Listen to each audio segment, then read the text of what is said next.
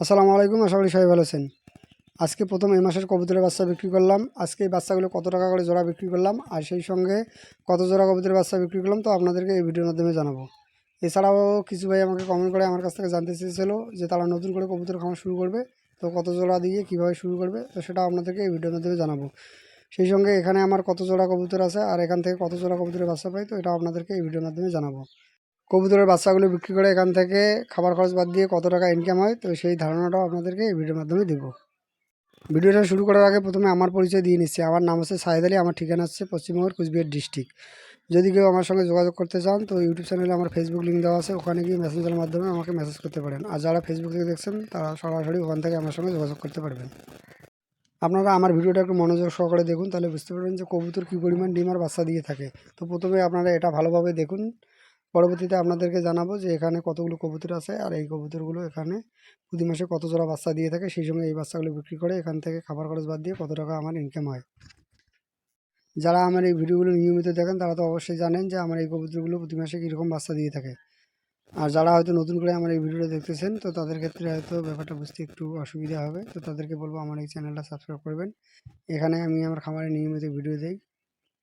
কিছু ভাই আমাকে কমেন্ট করেছিল নতুন করে কবুতর খামার শুরু করবে, তো কীভাবে শুরু করবে এটা জানার জন্য।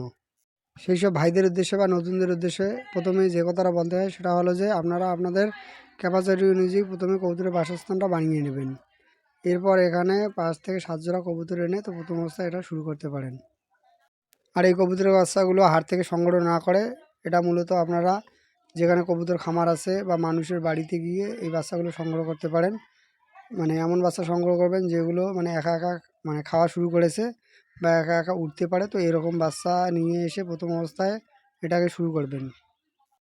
প্রথম অবস্থায় তাড়াহুড়ো করতে যাবেন না, কোনো মতেই বড় কবুতর দিয়ে খামার শুরু করবেন না। এগুলো সহজেই পোষ মানে না, আর পোষ মানলেও এগুলো থেকে ভালো ফল কখনো পাবেন না। কেননা কেউ কখনো চায় না তার ভালো কবুতর বিক্রি করতে। এগুলো আপনাদেরকে বুঝতে হবে। তাড়াহুড়ো করে বড় কবুতর দিয়ে যদি শুরু করেন তো সেক্ষেত্রে দেখা যাবে আপনাদের পরবর্তীতে লস হবে। ছোট বাচ্চা দিয়ে শুরু করলে হয়তো সময়টা একটু বেশি লাগবে, তবে পরবর্তীতে আপনারা এখান থেকে যে ফলটা পাবেন কাঙ্ক্ষিত 16 আনা ফলটাই এখান থেকে পাবেন।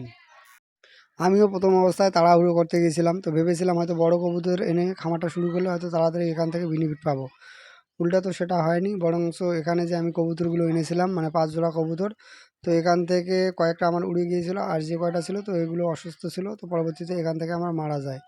তো বেকার এখানে আমার অনেকটা সময় চলে গিয়েছে। তো পরবর্তীতে আমি যেটা করেছিলাম যে মানুষের বাড়ি বাড়ি গিয়ে তো সেখান থেকে আমি 5 জোড়া বাচ্চা এনে শুরু করি।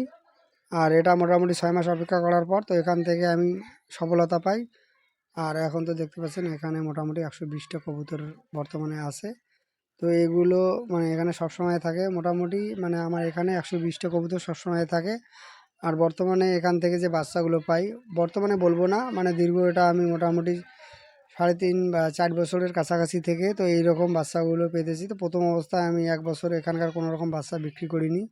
1 বছর পর থেকে তো 2-1 জোড়া মানে 4-5 জোড়া করে বিক্রি করা শুরু করেছি। তো এভাবে মানে আমি এখানে বাচ্চা রেখেছি, সেই সঙ্গে মোটামুটি আরও 1 বছর এখানে আমি বাচ্চাগুলোকে রেখেছি। তো এভাবে প্রথম 1 থেকে 2 বছর এগুলোকে আমি বাড়িয়েছি। তবে বর্তমানে যদি কোনো মাসে এখান থেকে আমার 1 জোড়া বাচ্চা পছন্দ হয়ে থাকে তো সেক্ষেত্রে আমি এখনও এখান থেকে মাঝে সাঝে 1 জোড়া করে রেখে দিই। আর এই 120টা কবুতর থেকে এখান থেকে আমি প্রতি মাসে বাচ্চা পাই 40 জোড়া, এমনকি মানে কোনো কোনো সময় 50 জোড়া এখান থেকে বাচ্চা পেয়ে থাকি। আর যদি নিচে এখানে বাচ্চা পাই তো সেক্ষেত্রে হয়তো 35 জোড়া, তো এটা খুব কম হয়। তো সাধারণত এখানে 40 থেকে 45 জোড়া, তো এটা মানে সবসময় এখানে অ্যাভেলেবেল থাকে। আর এই 120টা কবুতরের জন্য আমার খাবার লাগে 2000 টাকার আশেপাশে। আর যখন হয়তো বাচ্চা একটু বেশি থাকে তো খাবারের পরিমাণটা হয়তো একটু বেশি লাগে, আর যখন বাচ্চা কম থাকে তো সেক্ষেত্রে এখানে হয়তো খাবারের পরিমাণটা একটু কম লাগে। তো এটা অ্যাভারেজে 2000 টাকার আশেপাশে আমার এই খাবার খরচটা লেগে থাকে। আর এখান থেকে আমি প্রতি মাসে মাসে যে বাচ্চাগুলো পাই তো এই বাচ্চাগুলো 10 থেকে 11,000 টাকায় আমি বিক্রি করি। হয়তো কোনো মাসে একটু কম, আবার কোনো মাসে হয়তো একটু বেশি। তো এটা মোটামুটি অ্যাভারেজে মানে আমার 10,000 টাকা বা এর আশেপাশে থাকে। আর এই বাচ্চাগুলো বিক্রি করে খাবার খরচ বাদ দিয়ে যদি বলি তো আমার মোটামুটি 8 থেকে 10,000 টাকার মতো, তো এটা আমার এখান থেকে ইনকাম হয়ে থাকে। তো দেখা যাক এ মাসে এখান থেকে কত জোড়া বাচ্চা পাই। তো তো আশা করা যায় এ মাসে এখান থেকে একটু বাচ্চা বেশি পাবো। আর বর্তমানে যেহেতু বাচ্চার দাম একটু বেশি, তো এক্ষেত্রে এ মাসে হয়তো এখান থেকে লাভের পরিমাণটা একটু বেশি হবে। যদি কবুতর পালন ভালোভাবে শেখা যায় তো এখান থেকে লং টাইম একটা ইনকাম করা সম্ভব। মানে এখানে কোনো লসের সিস্টেম নেই। তো এখান থেকে প্রতি মাসে কম হোক বেশি হোক একটা ইনকাম হবে। যদিও বা খুব একটা কম বেশি হয় না, এখান থেকে প্রতি মাসে যে ইনকামটা হয় তো মোটামুটি সেই ইনকামটা কাছাকাছি থাকে, খুব একটা ডিফারেন্স হয় না। তো যেভাবে কবুতর পালন শুরু করেন না কেন, প্রথম অবস্থায় এগুলোর প্রপার একটা সিকিউরিটির ব্যবস্থা করতে হবে। এরপর এগুলোর পালন পদ্ধতি, অসুখ বিসুখ, খাবার দাবার, তো এগুলো আপনাদেরকে ধীরে ধীরে জানতে হবে, শিখতে হবে। কবুতর কিন্তু খুবই ভয়ের প্রাণী। এগুলোকে যদি কোনো কিছু অ্যাটাক করে তো এগুলো খুব সহজেই বাড়ি ছেড়ে চলে যায়। তো প্রথম অবস্থায় এই জন্য সিকিউরিটিটা ভালোভাবে দিতে হবে, যাতে কবুতরকে কোনো কিছু খুব সহজে অ্যাটাক করতে না পারে, বা কোনো কিছু কবুতরের ঘরে বা কবুতরের বাসস্থানে প্রবেশ করতে না পারে। তো এটা আপনাদেরকে প্রথমে দেখতে হবে। এখানে আমার ঘরটা দেখুন কিভাবে বানিয়েছি। তো এখানে আমার ঘরের কোনো রকম ফাঁকা নেই, মানে উপরে কোনো রকম ফাঁকা নেই যে কোনো কিছু ঢুকবে, আর নিচেও কোনো রকম ফাঁকা নেই যে কোনো কিছু ঢুকবে। তবে এখানে যেহেতু ফ্লোরটা আমার কাঁচা, মাঝে মাঝে একটু ইঁদুর ঢোকে, তবে ইঁদুর ঢুকলেও মানে তেমন কোনো অসুবিধা নেই, মানে ইঁদুর এখানে বাচ্চার কোনো রকম ক্ষতি করে না। কিন্তু এখানে ইঁদুর আসার কারণ হলো, এখানে যেহেতু আমি ঘরের ভিতরে কবুতরগুলোকে খাবার দেই, আর খাবার শেষে যেহেতু অবশিষ্ট কিছু খাবার থাকে, আর এগুলোকে খাওয়ার জন্য পরবর্তীতে এখানে ইঁদুরগুলো আসে। তবে এবারে কিন্তু ইঁদুরের একটু ব্যবস্থা নিতে হবে, কেননা এর আগে আপনারা দেখেছিলেন যে নিচে আমার একটা কবুতর ডিম দিয়েছিল, আর সেই ডিমটা ইঁদুর কিন্তু আমার খেয়ে ফেলেছে।